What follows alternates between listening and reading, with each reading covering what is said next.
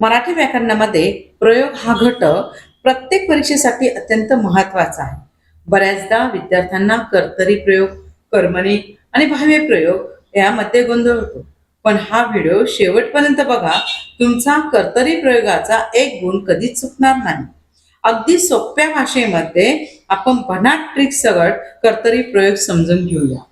बघा, मराठी व्याकरणामध्ये कर्तरी प्रयोग हा पहिल्या क्रमांकाचा प्रयोग आहे. यामध्ये ह्या प्रयोगामध्ये काय सांगितलेलं आहे, सगळ्यात आधी एकदम साधी व्याख्या आपण समजून घ्यायची आहे. साधी व्याख्यामध्ये कर्तरी हा कशा स्वरूपाचा आहे, त्या कर्तरीमध्ये आपल्याला कशा स्वरूपामध्ये कर्तरी या शब्दामध्ये कर्ता हा दडलेला आहे. त्यामध्ये आपल्याला कर्ता दडलेला आहे हा वाक्यामधला प्रमुख असतो. पुढे जेव्हा वाक्यातील क्रियापद हे कर्त्याच्या लिंग, वचन किंवा पुरुषानुसार बदलते तेव्हा त्याला कर्तरी प्रयोग असे म्हणतात. ही कर्तरी प्रयोगाची व्याख्या झाली विद्यार्थी मित्रांनो. लिंग, वचन आणि पुरुषाप्रमाणे कसं बदलतं ते आपण बघणार आहे.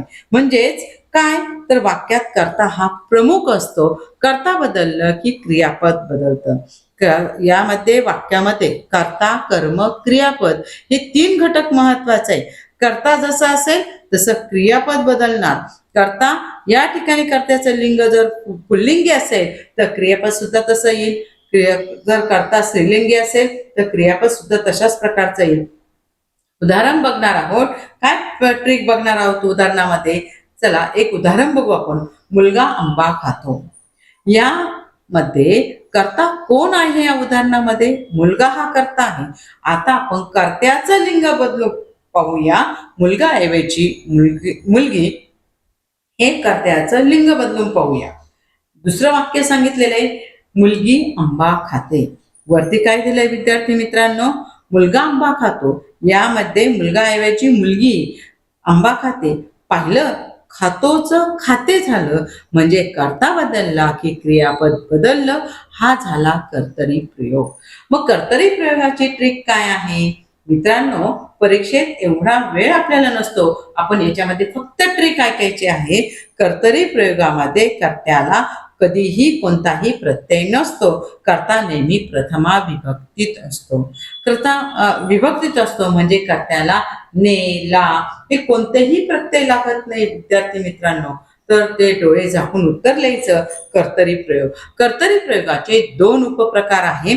पहिला उपप्रकार आहे या ठिकाणी सकर्मक कर्तरी प्रयोग. वाक्यात कर्म असेल तर काय करायचं? कर्म म्हणजे काय? कर्ता, कर्म, क्रियापद. मुलगा आंबा खातो. मुलगा हा कर्ता आहे, आंबा हे कर्म आहे आणि खातो हे क्रियापद आहे. मग ह्या वाक्यामध्ये आंबा हे कर्म आहे म्हणून हा प्रयोग काय आहे?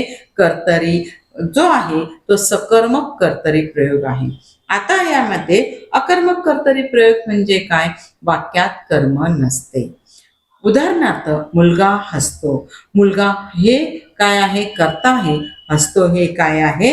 क्रियापद आहे आणि त्याच्या माध्यमातून आपल्याला हा कर्म नसल्याने हा प्रयोग आहे अकर्मक कर्तरी प्रयोग. विद्यार्थी मित्रांनो, कमेंटमध्ये मला तुम्ही सांगा, अकर्मक कर्तरी प्रयोग आणि सकर्मक कर्तरी प्रयोग याची एक एक उदाहरणे तुम्ही मला त्यामध्ये दाखवा. म्हणजे तुम्हाला सकर्मक कर्तरी प्रयोग कोणता आहे आणि अकर्मक कर्तरी प्रयोग काय आहे हे समजेल. तुम्ही माझ्या चॅनलवर जर नवीन असाल तर चॅनलला नक्कीच सबस्क्राईब करा आणि व्हिडिओ आवडल्यास लाईक, शेअर करा. अशाच व्याकरणाच्या नवीन ट्रिक्ससाठी आपण माझ्या चॅनलला नक्कीच तुम्ही काय करा, या ठिकाणी सबस्क्राईब करा.